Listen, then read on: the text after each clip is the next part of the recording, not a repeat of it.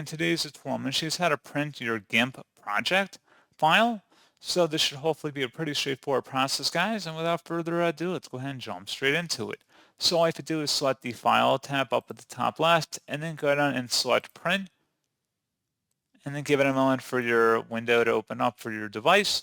You can go ahead and select Print to PDF if that's how you want to save it. Otherwise, you can add a printer in here, and then just locate it from the printer list.